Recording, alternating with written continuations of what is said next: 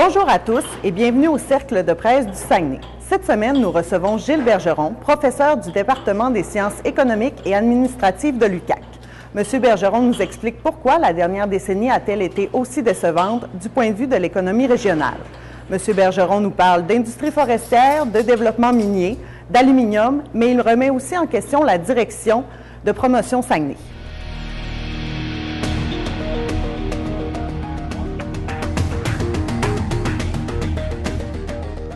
Bonjour tout le monde, bienvenue au Cercle de presse du Saguenay.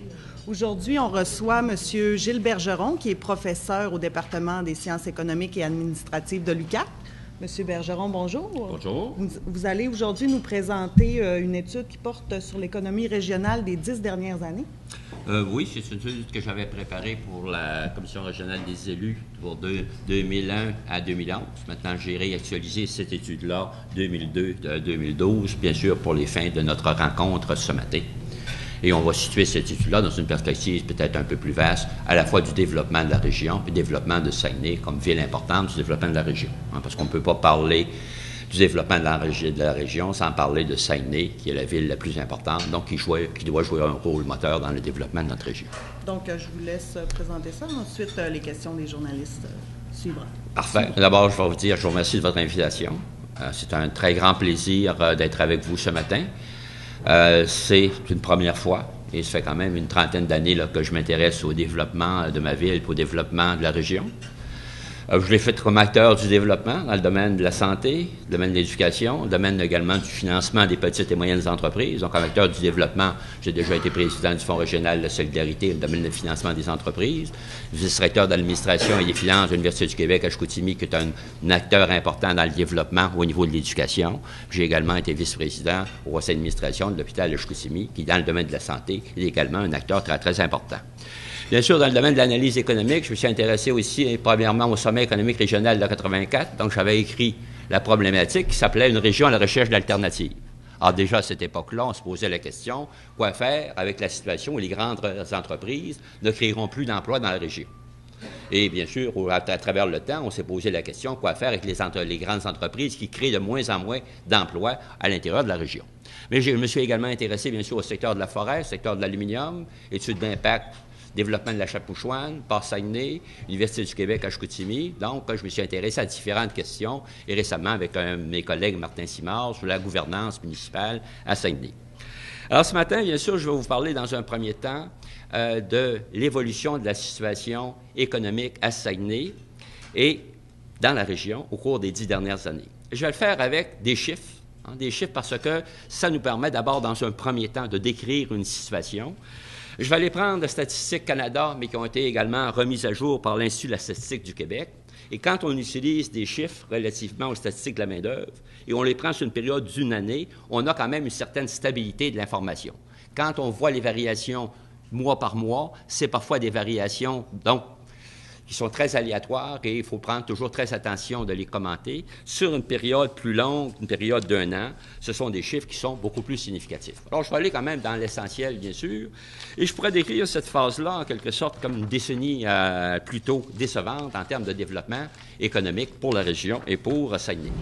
Et je vais vous expliquer, en quelque sorte, comment on a vécu un cercle, ce que je vais appeler un cercle vicieux, de la sous-performance économique qui a entraîné jusqu'à un certain point une sous-performance démographique et il y a un lien entre les deux phénomènes. Alors, premièrement, sur la question de la création d'emplois, qui est un des premiers indicateurs quand même du dynamique d'une région, on s'aperçoit que durant cette période, croissance des emplois au Québec, 419 700, donc 11,8 %. Dans la région, 8 008, croissance de 7,5 %.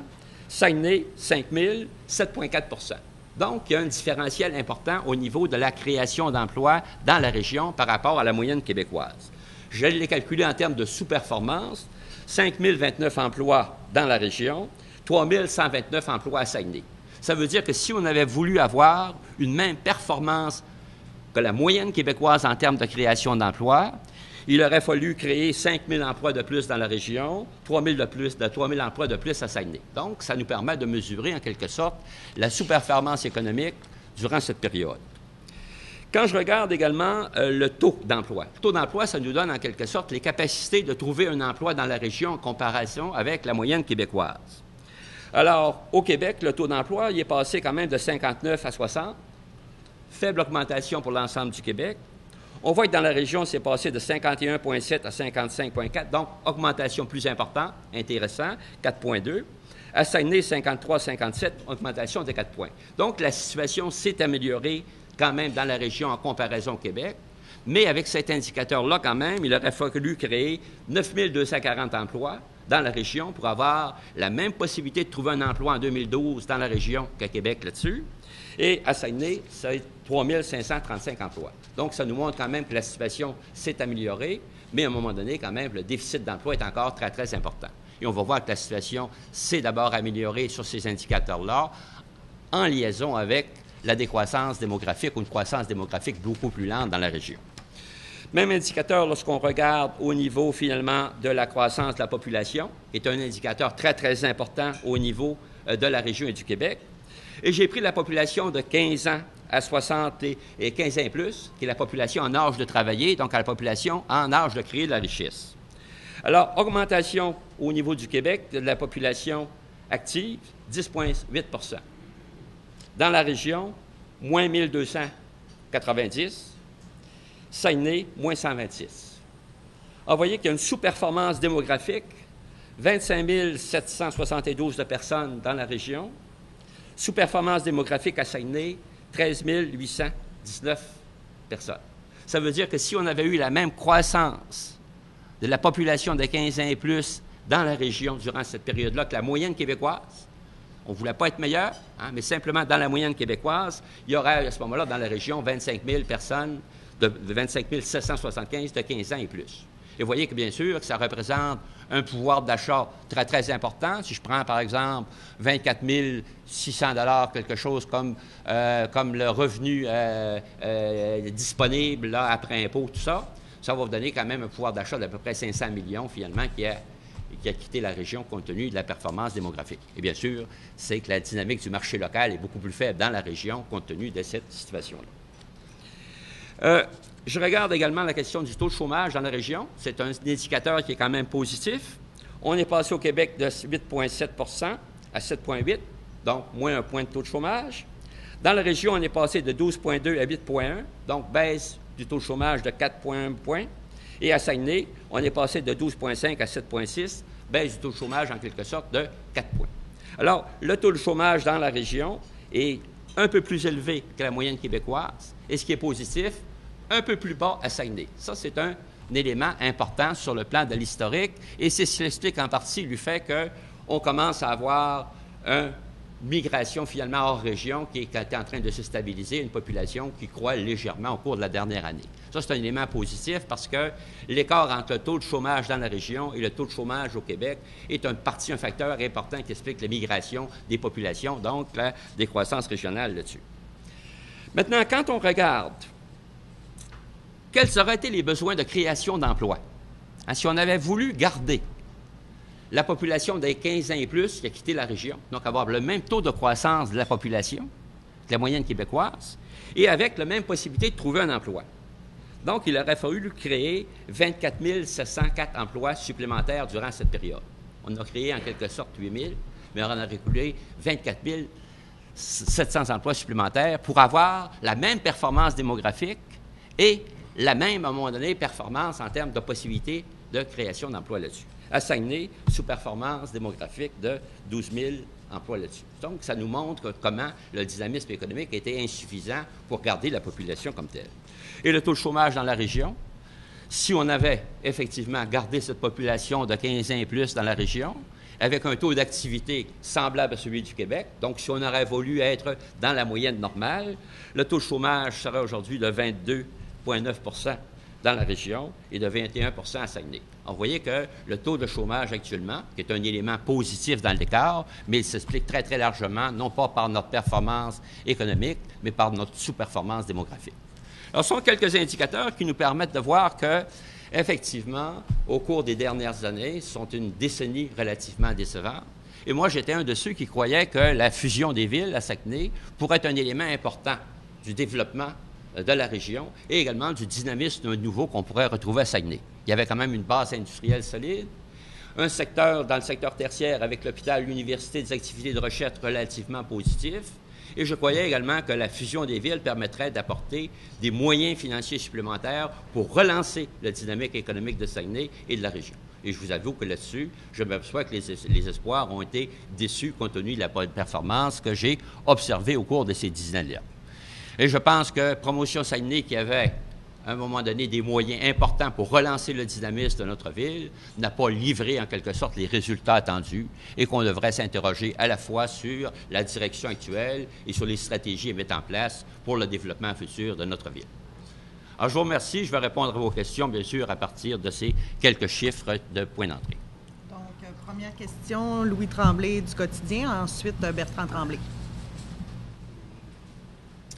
M. Bergeron, quand on regarde juste la perception, là, tout le Saguenay, on a l'impression que tout le secteur manufacturier du Saguenay a été... l'autre jour, Jacinthe Côté le faisait remarquer dans le camp à la grandeur du Québec, le secteur manufacturier vit une crise profonde. Mais au Saguenay, on a l'impression que le secteur manufacturier est carrément en lambeaux. On a perdu plusieurs usines de bois. Dans l'aluminium, on a perdu des usines de transformation où on mettait beaucoup d'espoir. Puis ça nous ramène, quand on regarde un peu ce qui s'est passé, les seuls endroits où il y a eu un peu de développement économique, c'est autour de l'université puis de l'hôpital, dans un secteur tertiaire, recherche-service. C'est-tu un portrait qui est exact ou si c'est différent? En tout cas, c'est ce qu'on voit sur le terrain, là. C'est ce qu'on voit sur le terrain, ce qu'on voit également dans tous les pays industriels développés. Donc, le secteur, effectivement, manufacturier est un secteur en décroissance en termes d'emploi comme tel là-dessus. Et il y a certains secteurs, au Québec également, particulièrement dans la région de Montréal, le secteur manufacturier était encore plus touché que finalement que notre secteur manufacturier comme tel là-dessus, compte tenu, par exemple, de l'augmentation de la valeur du dollar canadien et d'une compétitivité beaucoup plus grande qui vient des pays émergents comme tel là-dessus. Dans la région, il y a un phénomène particulier, un phénomène qui est à la fois conjoncturel et un phénomène structurel. Le phénomène structurel, c'est qu'on est dans cette entreprise de développement de ressources naturelles. Et pour maintenir la compétitivité dans ce secteur-là, il faut des investissements très, très importants. Et ces investissements-là sont des investissements qui sont destructeurs d'emplois compte tenu des gains de productivité qui sont plus importants dans ces secteurs-là que dans tous les autres secteurs. Ça, c'est vrai dans le secteur de l'aluminium, c'est vrai dans le secteur du bois. J'ai refait les chiffres à partir de 82 pour voir combien ça prenait à un moment donné de travailleurs pour la production d'une tonne d'aluminium il y a 20 ans. Comment ça va en prendre des nouvelles usines? On s'aperçoit qu'il y a des gains de productivité extraordinairement importants dans le secteur de l'aluminium et également dans le secteur du papier. Le secteur des papiers, il y a également un problème structurel important, c'est que dans le domaine des papiers d'imprimerie, là, à un moment donné, il y a une décroissance de la demande au niveau mondial, et là, on est touché par une décroissance de demande qui se fait sentir depuis une quinzaine d'années et qui s'accentue avec le développement des nouvelles technologies.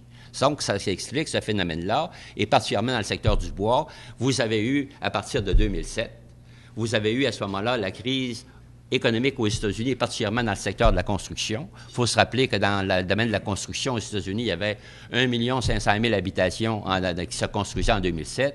Durant la crise économique, c'est descendu à 500 000. C'est actuellement monté autour de 750 à 800 000 là-dessus.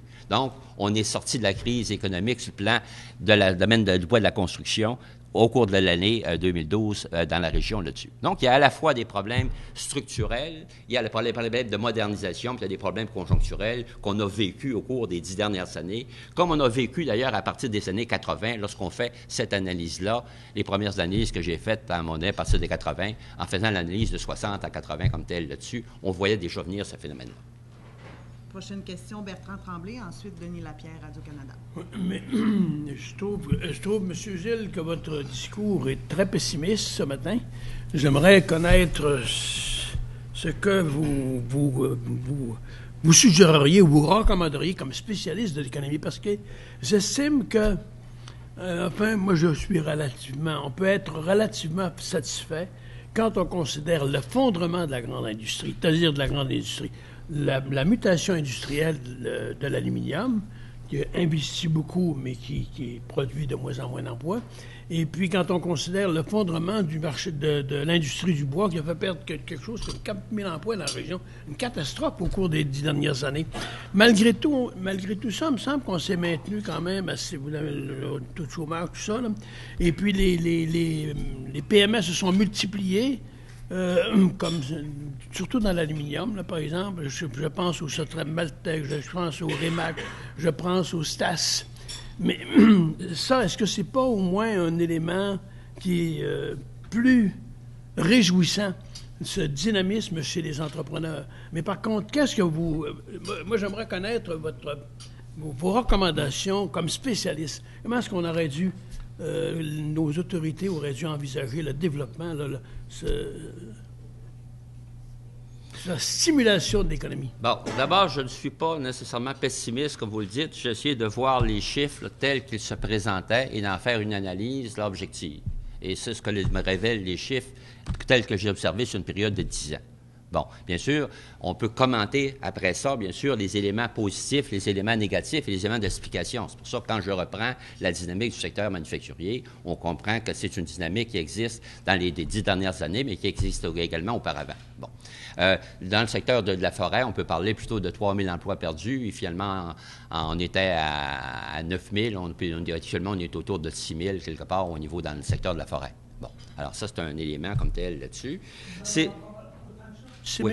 On est à 5 500 l'an dernier. Je pense aussi que compte tenu de l'amélioration qu'on retrouve en 2012, il faut voir aussi que la région sort de la crise, des crises conjoncturelles un peu plus tard que la moyenne québécoise. On l'observe depuis 3 crises économiques. Donc, on est sorti en 2012 et on peut penser qu'on est autour de 6 000 emplois actuellement dans le secteur de la forêt comme tel. C'est un secteur qui est difficile aussi à analyser. J'ai parlé avec 3 ou 4 personnes de ce côté-là parce que parfois, il y a des fermetures temporaires, 3 semaines, 1 mois, 2 mois. Donc, on a de la misère à établir des chiffres de façon conjoncturelle. Mais après 3 ou 4 discussions avec des spécialistes dans le domaine, on sait à peu près le montant sur lequel on s'est entendu là-dessus. Bon. Alors, c'est pour ça que je ne suis pas pessimiste. Je sais aussi que, bien sûr, on a toujours une conjoncture dans le secteur manufacturier qui est vrai là au Québec, qui est vrai dans la région comme telle là-dessus. Et comme on a créé des emplois, effectivement, c'est un élément positif. Hein, je l'ai mentionné là-dessus. Mais le rythme à lequel on les crée, c'est un rythme qui est quand même plus lent que la moyenne québécoise. C'est toujours mes éléments de comparaison qui me disent on a fait des choses intéressantes, mais on n'a pas été finalement aussi bon que la moyenne.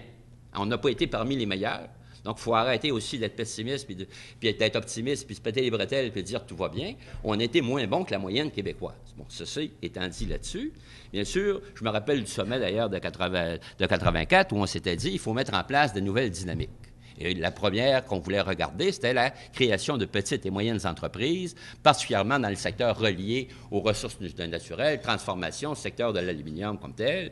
Et je vous rappelle également que dans le secteur de la recherche, secteur de l'aluminium, la première recherche qui a été faite, c'était suite au sommet 84, et c'est une recherche de 50 000 $ pour se demander quels étaient les secteurs d'activité dans lesquels on allait faire de la recherche. Donc, c'est pour ça que je connais les premières rencontres qui ont été faites également avec Stas, c'est suite au sommet économique avec les gens de l'Alcan pour voir de quelle façon on pourrait faire en sorte que les technologies soient extraverties, finalement, de l'entreprise et commercialisées à l'échelle du monde. Donc, on a commencé ces réflexions-là dans les années 84. Et bien sûr, il y a eu des progrès qui ont été accomplis. Vous avez souligné dans tout le secteur des branches de l'aluminium, transformation, équipementier, ce sont des éléments tout à fait positifs. Et il faut continuer à encourager ces éléments-là. On a consolidé également les activités de recherche en lien avec la région à l'Université du Québec à Chicoutimi. Ce sont des secteurs de progrès très, très importants. Puis il faut les poursuivre, puis il faut les accélérer comme tels. Je me rappelle aussi qu'il y a une dizaine d'années, il y avait des problèmes de financement à l'hôpital de Chicoutimi. Pour avoir passé 7 ans dans cette institution-là sur le conseil d'administration du comité des finances, il y avait des problèmes de financement. On a réussi quand même à relancer les activités, s'assurer qu'il y ait davantage de spécialistes, s'assurer également qu'il y a des activités de formation qui se donnent, des activités de recherche qui se développent à cette institution régionale-là, et actuellement, elle est en bonne santé, à la fois pour offrir des services à la population, et c'est un moteur de développement économique. On prépare d'ailleurs un colloque sur cette question-là bientôt, et on va voir de quelle façon il s'est fait des activités importantes dans la région. Mais ce que ceci veut dire, c'est qu'il ne faut pas se dire on a fait des bonnes choses, il faut arrêter. C'est que les éléments qui nous attendent dans les 10 prochaines années, dans le secteur de l'aluminium comme dans le secteur de la forêt, ça va être des éléments qui vont être négatifs dans les perspectives d'emploi. Hein? Au mieux, on va détruire des emplois, peut-être 1000, 1500 sur 10 ans dans le secteur de la forêt. On va peut-être en détruire un autre 1000, 1500 dans le secteur de l'aluminium. Transformation de première transformation. Alors, il faut mettre en place des stratégies, des mécanismes pour à la fois développer de nouvelles activités, possiblement dans le secteur secondaire, mais je me dirais, il faut être plus attentif dans le développement des activités dans le secteur tertiaire. Hein, parce qu'on a gagné dans ce secteur-là au cours des 10 dernières années, mais comme ce sont des emplois qu'on voit moins, à un moment donné, on n'est pas suffisamment attentif. On a encore un écart de 2 par rapport à la moyenne québécoise dans le secteur tertiaire, et je pense qu'il faut développer des stratégies pour développer encore davantage d'activités dans le secteur tertiaire. Il faut être beaucoup plus attentif. C'est 75 des emplois qui se trouvent dans le secteur des tertiaires, et c'est dans ce secteur-là qu'il faut être plus dynamique, plus créatif, plus inventif pour développer des stratégies appropriées, à mon avis, là-dessus, parce que c'est là qu'on est encore en retard, malgré tout. Prochaine question, Denis Lapierre, ensuite Laval-Gagnon. Vous dénoncez, M. Bergeron, la façon dont la politique ou Promotion Saguenay, vous parlez de Promotion Saguenay tout à l'heure, a travaillé au cours des 10 dernières années. C'est un outil qui était intéressant au départ, mais qui n'a pas livré la marchandise, c'est ce que vous disiez tout à l'heure. Vous parlez du développement du secteur tertiaire. Est-ce qu'il existe des exemples au Québec ou dans le monde de politiques ou d'incitatifs qui ont été mis en place et qui ont vraiment porté fruit, qui pourraient être importés ici? Est-ce qu'il y a vraiment des choses qui soient immédiatement applicables avec un minimum de modifications? Disons que je ne dénonce pas. Hein? Je souligne qu'à un moment donné, dans ce secteur-là, il faudrait faire mieux et on aurait besoin de renouveau. Hein? Renouveau au niveau de la direction, renouveau au niveau des stratégies. Hein? Je ne dénonce pas ce qui a été fait. Je dis, c'est le temps d'apporter un souffle nouveau parce qu'il y a des nouveaux défis, finalement, à relever au niveau d'une ville comme la nôtre. Et dans tous les organismes, après un certain temps, à un moment donné, il faut être capable de faire place à du renouvellement, faire place à du changement, s'assurer qu'on a finalement des énergies nouvelles, qu'on fait appel davantage finalement à la mobilisation des acteurs économiques dans le secteur et qu'à un moment donné, on en fasse une stratégie qui mobilise tous les acteurs. Jusqu'à maintenant, c'est une stratégie relativement fermée qui touche à beaucoup d'aspects, à la fois social, à la fois politique, à la fois culturel, etc. Je pense qu'il faut recentrer les activités et s'assurer que le développement économique, la création d'emplois redeviennent une priorité au niveau de la stratégie finalement de Promotion Saguenay. C'est ça que je voulais mettre en valeur. Et des exemples possibles, est-ce qu'il existe des exemples ailleurs d'incitatifs, de méthodes, de moyens qui ont été utilisés qui pourraient être utilisables ici? Moi, je pense à une région que j'ai suivie, bien sûr. Il y a au niveau des villes qui sont les plus dynamiques. On parlait tout à l'heure de ville de Lévis, que bien sûr, qui est dans un secteur un peu particulier en lien avec Québec et qui joue un environnement particulier. Mais ils ont développé quand même une stratégie en lien avec les entreprises manufacturières de leur sous-région, en lien également avec Québec dans le secteur des technologies. Et ils ont développé une stratégie qui est très, très efficace. Je pense également à la stratégie qui a été développée dans le secteur, finalement, de la région de Sherbrooke, où l'on s'est dit, depuis 10 ans, il faut développer une stratégie dans les nouveaux secteurs, nouvelles technologies, nouveaux centres de recherche en lien avec le secteur industriel. Ils ont formé vraiment une équipe avec des spécialistes dans différents secteurs, en lien avec les secteurs de recherche, en lien avec les entreprises les plus dynamiques dans la région, ailleurs au Québec, ailleurs dans le monde. Et c'est des stratégies qui prennent du temps, mais ça fait 10 ans et on s'aperçoit que dans ce secteur-là, la région de Sherbrooke a été une des régions qui commence à être parmi les plus dynamiques au Québec, en lien avec les activités de recherche, les liens, à un moment donné, dans le secteur tertiaire, mais également dans le secteur manufacturier avancé là-dessus. Alors, je vous donne ces deux exemples-là où vous regardez le conseil d'administration, finalement, de l'organisme qui s'intéresse au développement économique de la région de Sherbrooke. On a essayé de chercher des gens qui sont d'abord là pour leurs compétences, leur représentativité, leur capacité, finalement, d'être crédibles dans le milieu socio-économique. Et ce sont des gens qui sont connus. On a leur CV, vous allez sur l'organisme, on voit leur stratégie et à un moment donné, ça donne une crédibilité qu'un organisme comme Promotion Saguenay devrait se donner pour être représentatif, finalement, dans le milieu socio-économique.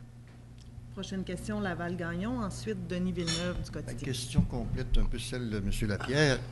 Quand on regarde justement les grands axes de développement au Québec, Canada, en Occident, disons, grosso modo, c'est toujours l'innovation, l'invention, la technologie, notamment à travers les technologies de l'information, etc. Et on tente de ce qu'on appelle le tertiaire moteur.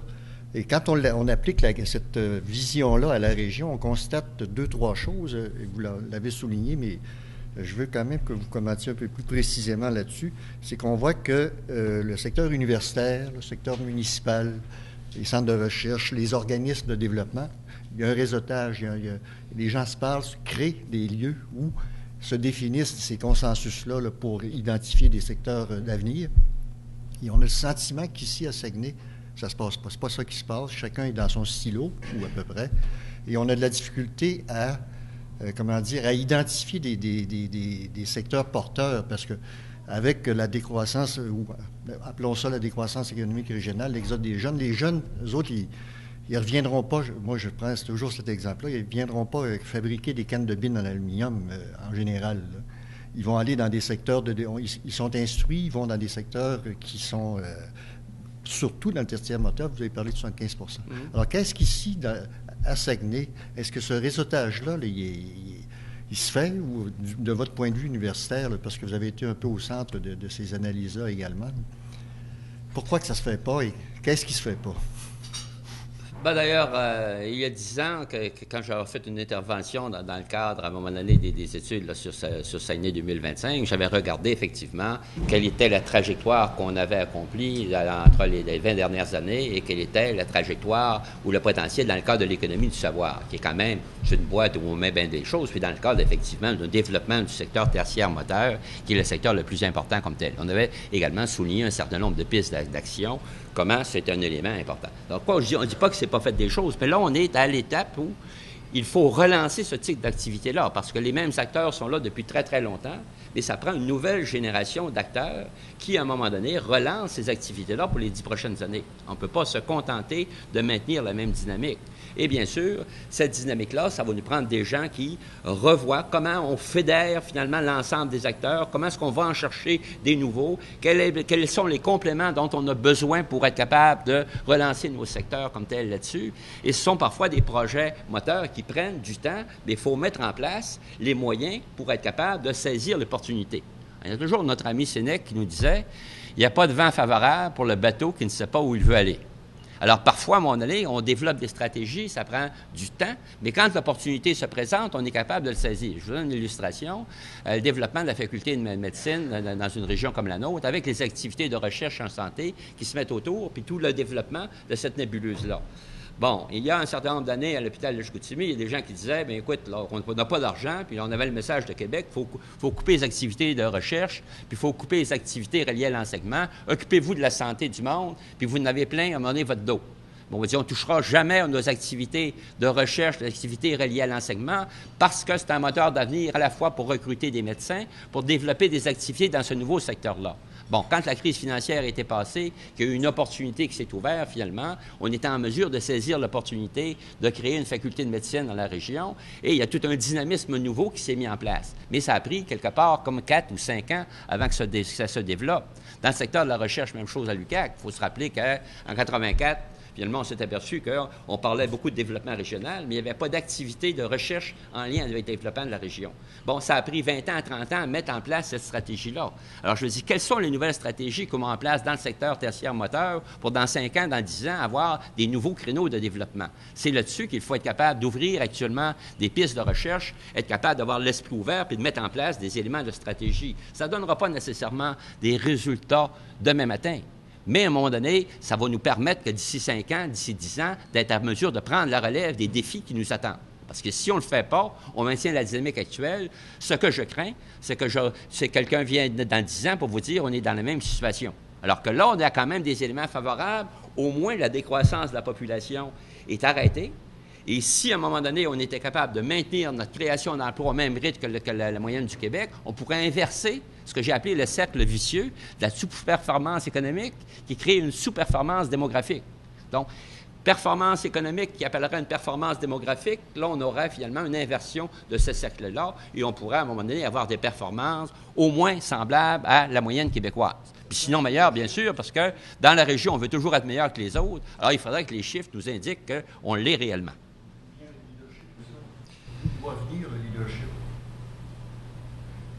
Bon, moi, je pense que sur le plan de la dynamique entre les corps, bien sûr, il y a la dynamique régionale qu'on a mis en place avec les élus puis la CRE. Est-ce que c'est une dynamique qui permet suffisamment l'adhésion de la société civile? Est-ce que ça permet de développer des nouvelles stratégies? Je pense que c'est des bonnes questions. Ça a permis de normaliser les rapports entre Québec et les régions, mais ça a enlevé les éléments dans lesquels on pouvait débattre de nouvelles stratégies, de nouvelles priorités. Donc, on fait plus de la régionalisation des activités que du développement stratégique dans le cadre, je pense, de ce type d'organisation-là.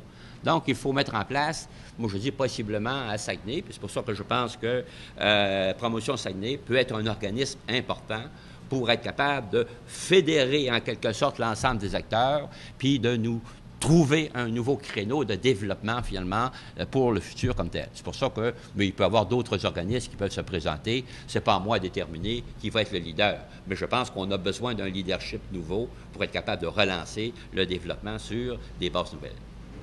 Prochaine question, Denis Villeneuve. Oui, M. Bergeron, je vois qu'un bon professeur, vous avez des beaux documents. J'espère que c'est pour nous. J'en ai amené 4 ou 5 au cas où, effectivement, il y a des gens qui pourraient, à un moment donné, là, vouloir aller plus loin.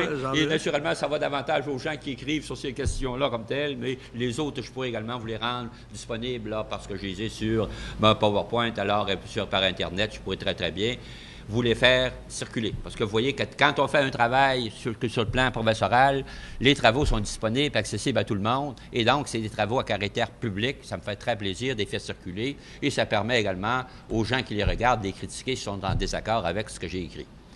Et donc j'assume pleinement ce que j'ai écrit, puis à l'occasion, bien sûr, ce n'est pas complet, il y a toujours des questions, il faut toujours remettre en question ce qu'on fait dans nos domaines. Oui, ça n'était pas ma question, mais ce matin, vous nous ouvrez les yeux là, sur une décennie, là, 20 ans après le sommet de 84. Est-ce qu'on ne serait pas dû pour un autre grand sommet économique dans la région pour, justement, repenser c'est-à-dire penser le développement futur? Je sais qu'il y a bien des gens qui sont allergiques là, quand on dit sommet économique. Là, je ne sais pas pourquoi. Bon, il y a bien des gens qui sont allergiques, puis il y a bien des gens qui sont allergiques aux idées. Et parce qu'à un moment donné, puis qui sont allergiques aussi, finalement, à des visions d'avenir. Parce qu'ils s'imaginent que l'avenir, ça s'invente quelque part, à un moment donné, là, tout de suite, aujourd'hui, maintenant. Alors, c'est pour ça qu'à l'occasion, il faut être prêt à passer l'action. Mais d'autres occasions aussi, il faut regarder, faire le point, puis se dire où est-ce qu'on veut s'en aller comme tel là-dessus, et quelles sont les quelques-unes des priorités qu'on met en application. Et moi, je vous dis, j'ai travaillé dans le cadre des sommets économiques et j'ai travaillé également dans celui de 95 de façon assez attentivement. En 84, on a mis en application ce qu'on avait proposé très, très largement, secteur des PME, secteur du financement, secteur de la recherche, secteur également du développement touristique. On peut se rappeler que Québec nous disait dans les années 84, le tourisme, c'est pas pour vous autres. C'est en 84 qu'on a développé le premier schéma touristique, le Lac-Saint-Jean, le Saguenay, montrant que le Saguenay était finalement un élément majeur dans le développement touristique d'une région comme la nôtre là-dessus. Le premier schéma a été produit à l'intérieur de ça, et vous voyez que le développement touristique à Saguenay a pris une importance relativement plus grande à partir de là. Donc, il y a quelques idées de base. En 95, il y avait une idée intéressante qui avait circulé, mais qui a été tué dans l'œuf, c'était de se dire, on constatait très, très bien que les grandes entreprises, non seulement ne créeraient plus d'emplois, mais seraient destructrices d'emplois au cours des années à venir. Et donc, on avait proposé un fonds de redevance de reconversion industrielle. Donc, on se disait, on avait calculé à l'époque qu'il y avait 100 millions de redevances que les entreprises de la région versaient à Québec. On avait proposé de mettre 50 millions par année dans un fonds de reconversion industrielle en se disant, les ressources naturelles créent de moins en moins d'emplois, donc il faut avoir des moyens, à travers les redevances, de redéployer le secteur industriel comme tel. 50 millions par année, ça fera un fonds actuellement de 500 à 700 millions de capital de risque, le redéploiement industriel. Maintenant, cette idée-là, bien sûr, il n'y a pas beaucoup de porteurs parce qu'il n'y avait pas d'élus dans la région, donc chacun des maires préférait avoir une petite partie, finalement, des octrois gouvernementaux. Les politiciens, bien sûr, donner 50 millions, ce n'est pas très rentable politiquement. On a mieux le donner par projet spécifique là-dessus. Mais ça demeurait quand même une idée intéressante en se disant il faut redéployer le secteur industriel dans une région comme telle là-dessus. On regarde encore actuellement le secteur minier. On se dit ça prend des redevances pour les questions de génération future. Moi, je dis oui, mais si on parle de développement durable, génération future, il devrait y avoir une partie des redevances qui vont dans les régions, qui fournissent ces ressources-là, qui vont être affectées à la fois par la création d'emplois, mais par rapport à la soustraction d'emplois dans l'avenir. Alors, c'est un peu la vision comme telle là-dessus. Pour moi, ces sommets économiques, c'est que si c'est préparé de façon très rigoureuse, avec des bonnes analyses de situation, si les acteurs économiques puis sociaux sont prêts à se mettre à l'œuvre, parfois ça amène des résultats intéressants sur une plus longue période. Il ne faut pas nécessairement les multiplier, mais il faut s'assurer également qu'il y a une réception sur les idées stratégiques. Et le pouvoir politique n'aime pas nécessairement les nouvelles idées qui viennent à un moment donné déranger les plans établis. Vous parlez, vous parlez d'une décennie décevante. Oui. Qu'est-ce que vous pensez que ça va avoir l'air, disons, la même étude, mais dans 10 ans?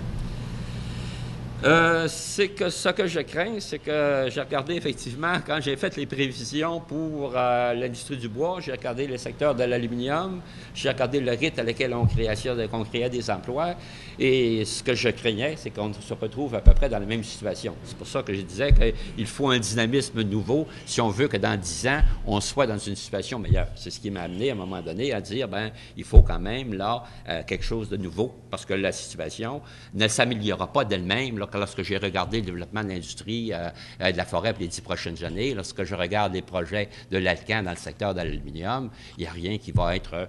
peut-être dans le bois, ça va être un peu moins mauvais dans les 10 prochaines années que les années passées. Le secteur de l'aluminium, ce ne sera pas très différent. Donc, je me dis, il faut faire plus en termes de stratégie que ce qu'on a fait dans les 10 dernières années, compte tenu des résultats observés. On a fait des choses, Bertrand. C'est très clair, parce que si on n'avait pas créé d'emplois, il y a eu une destruction d'emplois dans les secteurs reliés aux ressources, la situation serait catastrophique.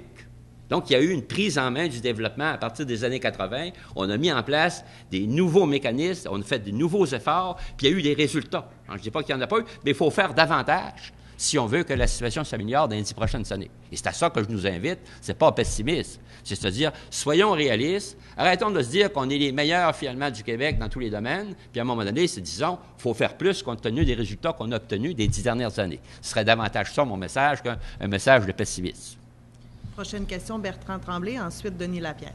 Ah non, je préfère que vous soyez réaliste que trop optimiste. C'est pas moi qui est réaliste, c'est des chiffres que j'ai, c'est des chiffres que j'ai analysés. Là. Mais on parle, évidemment, votre discours sur les redevances est très intéressant, mais il est guère accepté. On sait qu'à l'heure actuelle, même nos députés, même nos représentants à l'heure actuelle nous disent que les ressources naturelles, ça appartient à tout le Québec. Alors, ça veut dire ça 95 % à Montréal et à Québec, puis le reste aux régions un peu. Ça se traduit un peu par ça. On représente à peu près 4 % de la population, alors on n'a pas plus que ça. Bon, alors ceci pour vous demander, mais on parle de sommet, mais on vient d'en tenir un. Sous la direction de votre confrère, de votre ancien collègue, le Marc Urbain-Proulx, avec Vision 2020. Il y a pendant 5 ans, il a fait un véritable sommet économique. À l'heure actuelle, il est en poste comme sous-ministre aux richesses naturelles, je pense. Pardon? Il n'est pas assez compétent pour être recteur. Bon, en tout cas, ça c'est un commentaire que tu fais, là. Ouais. Bon. Mais... est-ce que ces conclusions de son étude, parce qu'il a publié Horizon 25, Horizon 2020, je pense, vous en avez certainement pris connaissance, est-ce que ça aurait pu être...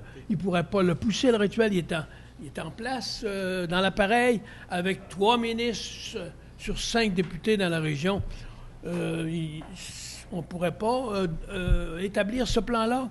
Et quand vous nous parlez de Sherbrooke puis de Lévis, ça fait partie de ce fameux triangle d'or, évidemment, qui a toujours été avantagé par le pouvoir, parce que c'est là qu'est la grosse population. Bon, on le voit que François Legault s'en intéresse, hein, et il délaisse complètement les régions, puis il voudrait établir son plan sud, le long du Saint-Laurent.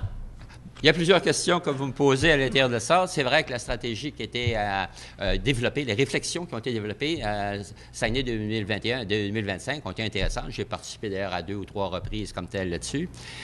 Lorsqu'on le regarde après coup, on s'aperçoit que c'était intéressant pour générer des idées. Mais la différence, c'est que les élus, qui étaient tous là, étaient là comme des spectateurs pour regarder en quelque sorte ce qui se passait, mais il n'y avait pas d'acteurs pour être capable de passer à l'action puis de développer des stratégies. Donc, c'était un cadre de réflexion intéressant, mais à un moment donné, ça n'a pas donné lieu à des changements stratégiques importants parce que les élus ont tous regardé ça en se disant « laissons-le débattre, mais on n'est pas engagé ». La différence des sommets économiques, c'est que les élus, à la fois municipaux, les élus provinciaux, les acteurs des entreprises étaient des parties prenantes et c'est eux, en quelque sorte, qui participaient à la prise de décision et qui, à un moment donné, étaient responsables de la mise en œuvre par la suite. Alors, la différence, c'est qu'à cette époque-là, comme universitaire, on était au service de la population de la région, on n'était pas en avant pour leur dire quoi faire là-dessus. On les accompagnait dans une démarche de réflexion. C'est plus long, il faut être plus modeste, mais à ce moment-là, ce sont les acteurs qui se réapproprient les décisions là-dessus. Je peux dire que c'est la différence entre ces deux types de démarches-là. Les deux peuvent être pertinentes, mais ils sont très, très différentes en termes de résultats, comme on le voit en termes de changement stratégique, parce que ça relève de la prise de décision comme telle là-dessus. Mon premier commentaire. Le deuxième, vous le dites également, bien sûr, c'est les redevances. Ça prend du temps et les gens ne veulent pas qu'on soit, quel que soit le parti politique. Mais je vous rappelais aussi qu'au niveau d'Hydro-Québec, lorsqu'ils ont commencé finalement à travailler proche des régions. Je me rappelle, on a travaillé la première étude d'impact et on l'avait reproposé de donner une partie des redevances, une partie finalement du coût de l'énergie dans un fonds régional pour être capable de se dire, vous exploitez une rivière de la région, vous devriez à un moment donné donner une partie des retombées permanentes au niveau de la région. Donc, on avait proposé tant de sous du kilowatt. Alors, ça avait fait une commotion Hydro-Québec. Ils nous avaient demandé de retirer ça du rapport, etc., en disant, c'est pas de vos affaires. On s'est dit non. Si vous voulez utiliser les concepts de développement durable, prendre une rivière de la région sur une longue période sans créer d'activité, finalement, de retombées à long terme, ça ne tient pas la route. Bon, ils ont changé par la suite leur stratégie et quand Hydro-Québec, finalement, font du développement dans une région, ils essayent d'associer les municipalités, les MRC comme partenaires et à ce moment-là, c'est un développement qui a des retombées sur une plus longue période dans la région. Les éoliennes le font aussi à leur façon. Donc, ça m'apparaît très normal que ce concept-là de retomber au niveau local et régional des redevances, qui soit une partie, finalement, qui devienne normale dans un concept de développement durable. C'est une idée qui prend du temps, mais qui progressivement devra s'implanter si on veut que les régions, bien sûr, tirent profit sur une longue période des ressources qu'ils mettent à disposition de l'ensemble des Québécois. Alors ça, c'est un élément quand même qu'il ne faut pas perdre de vue. Maintenant, quelle va être la capacité de mon collègue de mettre en application de ces réformes? Vous rappelez que ce sont les politiciens qui décident et les hauts fonctionnaires font des propositions. Et vous voyez que dans le secteur, par exemple, des petits barrages, mon collègue qui envoyait un élément important de la stratégie régionale, est obligé de constater, comme nous tous, que ce n'est plus une priorité gouvernementale. Prochaine question, Denis Lapierre, suivi de Louis Tremblay. De revenir sur votre position par rapport au leadership en matière de développement économique. Vous avez parlé de Promotion Saguenay. Est-ce que, on connaît la structure de Promotion Saguenay, où c'est dirigé par le politique. Est-ce qu'on doit, pour arriver justement à créer ce nouveau dynamisme pour les 10 prochaines années, changer de leadership politique ou changer la façon dont le politique exerce son leadership à l'intérieur d'un organisme économique comme celui-là? Bon, pour ce qui est du leadership politique, je vais laisser ça finalement à d'autres instances. Pour ce qui est de la direction générale, il m'apparaît que ça devrait être une direction générale qui est nommée en fonction de ses compétences administratives et non pas finalement en liaison directe avec le politique. Le fait que le directeur général soit à la fois le chef du cabinet, ça m'apparaît un mode d'organisation qui est tout à fait inapproprié. Maintenant, que le maire veuille être président, qu'il y ait d'autres élus qui veulent participer, c'est quelque chose qui peut être à un moment donné acceptable. Il y a différents modes d'organisation qui peuvent se faire. Mais qu'on ait à ce moment-là, au niveau de la direction générale, une direction qui est davantage à caractère politique qu'une direction administrative, ça ne m'apparaît pas souhaitable dans une perspective, finalement, où la compétence doit être l'élément essentiel dans la direction de ce type d'activité. Prochaine question, Louis Tremblay. C'est un commentaire, une plaisanterie, mais vous avez parlé de Promotion Saguenay, du fonctionnement de la ville avec le directeur général au niveau politique, mais la dernière fois que l'Université du Québec à Chicoutimi a eu la chance de nommer un recteur, on a ignoré complètement un individu qui avait projeté des idées, qui avait incarné une sorte de renouveau au niveau de la réflexion sur l'avenir de la région pour lui préférer un apparatchik vraiment proche des gens qui étaient en place, proche du régime qui est en place. Vous ne trouvez pas que l'université a lancé exactement le même genre de message que la ville de Saguenay, ça sur quoi vous vous posez des questions?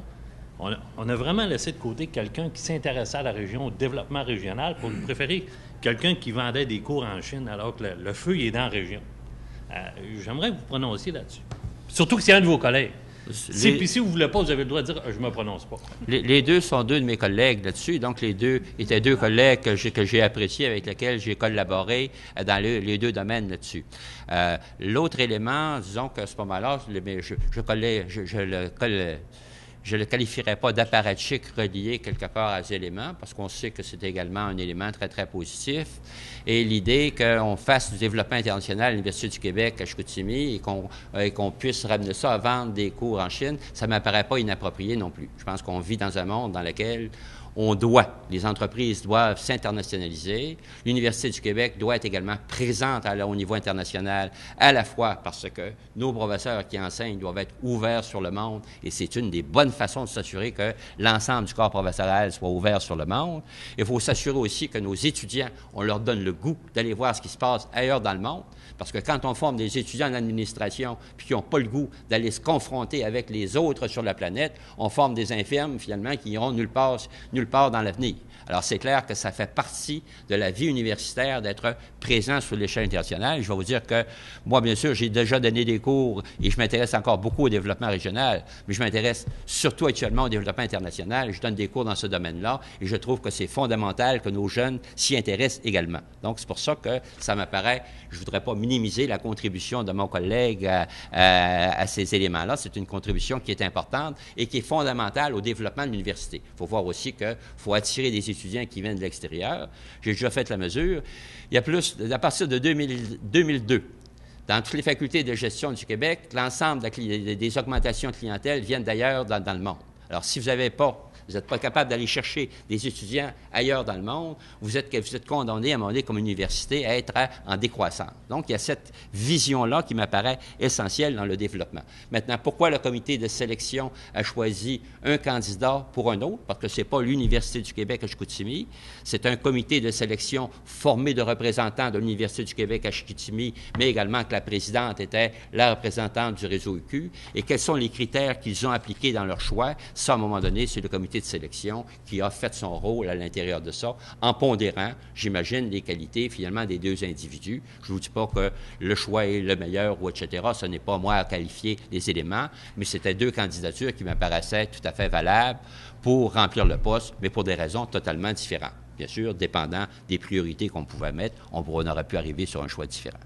Et vous voyez que les deux, finalement, ont très, très bien réussi, l'un comme recteur, mais l'autre également comme sous-ministre actuellement, et les deux sont en mesure de jouer un rôle important, à la fois dans le développement de l'Université du Québec à Chicoutimi et dans le développement de la région. Prochaine question, je m'excuse, je ne connais pas votre nom. C'est Rémi Villeneuve. OK, Rémi Villeneuve. Je trouve ça intéressant qu'on s'en soit tenu beaucoup à la dynamique régionale pour le développement, plutôt que de toujours se reporter aux autres niveaux de gouvernement. Mais il reste une chose, comme observateur, moi je lis les journaux tous les matins, puis je m'intéresse beaucoup au développement régional et au développement du Québec dans la dynamique canadienne. Mais il est évident qu'actuellement, il y a comme un espèce de blocage au niveau des gouvernements supérieurs, on va les appeler comme ça, qui a énormément d'influence, selon moi, sur ce qui se passe dans les régions. Et depuis très longtemps que je suis l'actualité régionale, on parle souvent de décentralisation, de gouvernements régionaux, pour se rendre compte finalement que même si on a élu 4 députés au gouvernement du Québec, il ne se passe pas grand-chose finalement. Et tout ce qu'on fait, puis je pense que tu l'as mentionné tout à l'heure, on vient aux rencontres, on observe, on écoute, mais quand vient le temps des grandes décisions, puis Bertrand y a fait référence tantôt aussi, les régions ne pèsent pas très lourd dans le développement, dans le développement général et dans leur développement, leur propre développement. Et moi, je pense qu'actuellement, c'est un des problèmes majeurs, même si tu n'en as pas beaucoup parlé dans ton exposé, il reste que faut admettre que c'est important. Alors, j'aimerais savoir un peu ta réaction là-dessus par rapport à toute cette dynamique actuellement qui selon moi, il y a un blocage. Qu'on pense aux politiques du fédéral sur l'assurance chômage, qu'on pense aux politiques sur l'assistance sociale au niveau du Québec. Il y a vraiment des blocages partout. C'est un méchant problème, ça. C'est clair qu'on est en période de contrainte budgétaire au fédéral comme au provincial. Alors, c'est clair que c'est un contexte qui, à un moment donné, n'est pas nécessairement favorable à des nouvelles idées, des nouveaux projets. Au fédéral, c'est clair que les mesures qui ont été prises sur l'assurance chômage, même si on se dit que On reçoit une lettre comme ce matin, ne vous inquiétez pas, etc. Mais en même temps, on a prévu qu'on allait couper les dépenses au niveau de l'assurance chômage, donc on va les couper quelque part et ça va être davantage dans les régions, effectivement, dans lesquelles le chômage saisonnier est le plus important. Donc, il va y avoir des coupures et ça m'apparaît relativement important au niveau là, des dernières décisions du gouvernement fédéral comme tel là-dessus. Et aussi, bien sûr, des organismes comme le Fonds de solidarité, le Fonds de la CSN, c'est quand même des organismes aussi qui apportent une certaine contribution au financement des petites et moyennes entreprises au niveau des régions. Alors, sur une plus longue période, ça peut avoir un impact également, ce genre de politique. Au niveau du Québec, effectivement, on est actuellement un gouvernement minoritaire qui essaye de finaliser, si tu veux, son équilibre budgétaire pour être capable d'être présent au prochain rendez-vous électoral. Alors, c'est clair que ça va mobiliser, en quelque sorte, les énergies pour la prochaine année et on ne peut pas nécessairement s'attendre à des grands changements, là, au niveau de nouveaux projets, de nouvelles dynamiques. On est plus dans une perspective, finalement, de coupure. Mais ce n'est pas une raison, comme je vous dis, pour s'arrêter parce que quand ça va être repartir, il faut être prêt, il faut avoir des projets, il faut mettre en place des initiatives et que quand le temps sera venu, nous serons prêts. Hein, et c'est dans ce sens-là, c'est dans ce temps-là qu'il faut commencer à en préparer. Il faut dire, bon, le contexte, c'est pas mauvais. On dit, non, regarde, c'est le temps de préparer des projets parce que quelque part, que ce soit dans le financement des universités, le financement de la santé, le financement des projets, il va y avoir des relances, des nouveaux moyens, des nouveaux argents disponibles, il va falloir le faire. Donc, il faut être prêt, être capable de relever ces nouveaux défis-là. Et c'est clair aussi que dans une région comme la nôtre, si on s'intéresse à l'avenir, les projets dans le secteur minier sont des projets qui demeurent des projets intéressants pour les 10 prochaines années. Bon, on sait que c'est un secteur qui est un secteur d'avenir sur une perspective à plus long terme, parce que les pays émergents vont avoir besoin de plus en plus de ressources naturelles, par les grands pays comme l'Inde, comme la Chine, comme l'Indonésie. Donc, ça va... Bon, maintenant, on vit également dans un cycle qui est possiblement à la baisse dans ce secteur-là. Hein? Diminution des prix, diminution de la demande. Alors, à quel rythme ça va reprendre au cours des 10 prochaines années? Et je pense que ça, si tu veux, ça va demeurer quand même un enjeu relativement important. Et dernier point, c'est clair aussi qu'actuellement, lorsqu'on regarde la situation des 3-4 dernières années, la situation, des fois, des régions semble meilleure que la situation à Montréal. Taux de chômage qui a baissé. Hein? Les gens qui regardent ça, quand j'avais fait le travail pour la crise, c'est qu'ils me l'avaient demandé, leur ministre leur disait, je ne vous aide pas dans la forêt, ministre du Développement économique, ça va bien chez vous, le taux de chômage est rendu finalement aussi bas qu'au Québec. Qu'est-ce que vous avez à un moment donné à demander? Alors on disait, tout va bien, dans le meilleur des mondes, vous n'avez besoin de rien. Alors c'est pour ça que je dis, non, c'est pas que ça va bien, c'est qu'à un moment donné, voilà, à un moment donné, la situation, le pourquoi de la situation. Donc, il faut être capable de continuer de l'expliquer et on sait que la région de Montréal, en termes de chômage, on voit les chiffres augmenter, le secteur industriel a baissé. Donc, il y a une tendance aussi, sur le plan politique comme sur le plan économique, d'être plus attentif à la situation économique de la région de Montréal, qui était plus touchée par l'augmentation de la valeur du dollar canadien et qui était également touchée par une certaine délocalisation du secteur secondaire vers les États-Unis.